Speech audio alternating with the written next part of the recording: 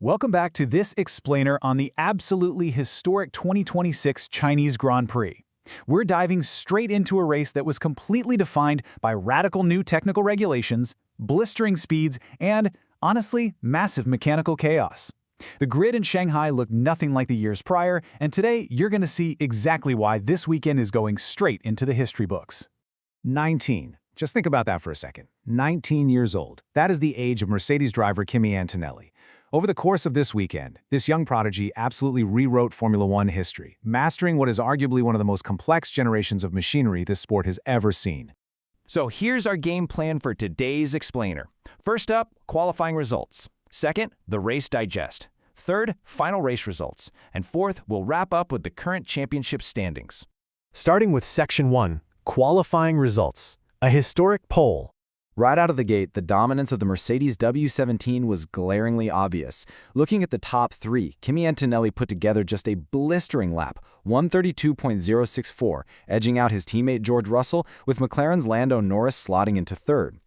Under the direction of James Allison, the Mercedes squad designed a car that basically perfectly adapted to these 2026 regulations. It's lightweight, it's highly compact, and features this dramatically narrow chassis. Antonelli extracted every single ounce of potential from that W17, making him the youngest pole sitter in F1 history at just 19 years and 6 months old. But man, while Mercedes was celebrating, disaster was brewing across the paddock. McLaren team principal Andrea Stella summed it up as a disappointing double DNS, did not start. Even though Lando Norris qualified third and Oscar Piastri qualified fifth, neither of them would actually see the starting lights on Sunday. Piastri crashed on a reconnaissance lap because of an unexpected power surge, and then Norris's car suffered fatal systemic issues before the formation lap even began. It was a really dark foreshadowing of the devastating reliability issues these new 2026 electrical regulations were about to unleash. Moving to Section 2, Race Digest, Chaos in Shanghai. Okay, the race development here was pure survival of the fittest. Like we just talked about, before the race even gets underway, both McLarens are out. The lights go out, and immediately, both Ferraris, Leclerc and Hamilton, surge forward, aggressively challenging George Russell. We get treated to this incredible tit-for-tat battle, where Russell and Leclerc are trading the lead, tactically deploying their electric boosts. But the mechanical carnage starts fast.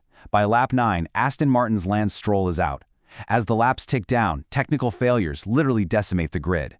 Fernando Alonso retires by lap 32.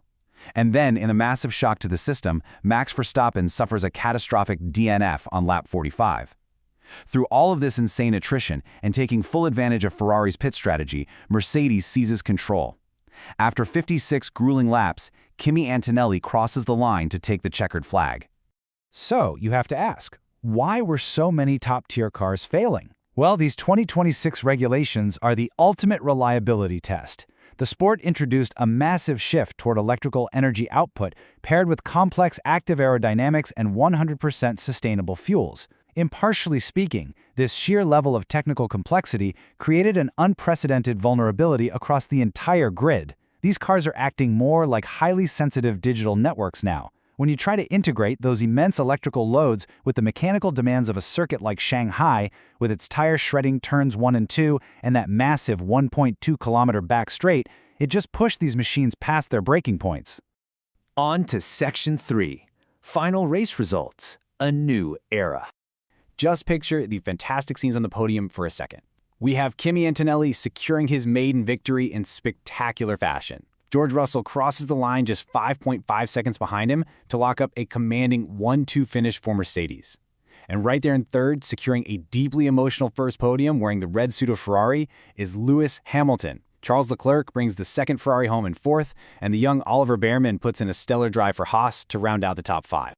The story of the weekend really boils down to a stark contrast. On one side, you have the flawless execution of the Mercedes W17. They built a bulletproof platform that completely survived the intense electrical loads. On the flip side, catastrophic system failures struck down the heavyweights. Red Bull lost Verstappen, McLaren lost both Piastri and Norris before the race even began, and Aston Martin lost both Alonso and Stroll. This race was defined purely by who could keep their complex systems online. Finally, Section 4, Current Championship Standings, the Macro View. Looking at the driver's standings, you can see how this historic race has tightened everything up at the top. George Russell is holding the lead right now with 51 points, but look at who is right in his rearview mirror. Kimi Antonelli, armed with that maiden win, has rapidly closed the gap and sits at 47 points. But honestly, they can't get too comfortable, because the Ferrari duo of Charles Leclerc at 34 points and Lewis Hamilton at 33 points are lurking right behind them, just ready to strike if Mercedes shows any signs of weakness. And over in the Constructors' Championship, the picture is incredibly stark. Mercedes has established a massive early dominance with 98 points. Ferrari is putting up a really solid fight in second place with 67 points. But look at McLaren down in third with just 18 points. That double DNS in China was a devastating blow to their campaign, and they literally have an absolute mountain to climb to get back into this fight. Which leaves us with a pretty provocative question. Who is going to master the 2026 regulations at Suzuka? The Japanese Grand Prix is up next, and we all know it is notoriously unforgiving. How will teams like McLaren, Red Bull, and Aston Martin bounce back and solve their critical electrical and reliability issues in just a couple of weeks? And can anyone stop the momentum of Mercedes and their teenage sensation? It's shaping up to be a fascinating technical arms race, and I absolutely cannot wait to see how it unfolds. Thank you so much for joining me for this explainer, and keep your eyes on the grid.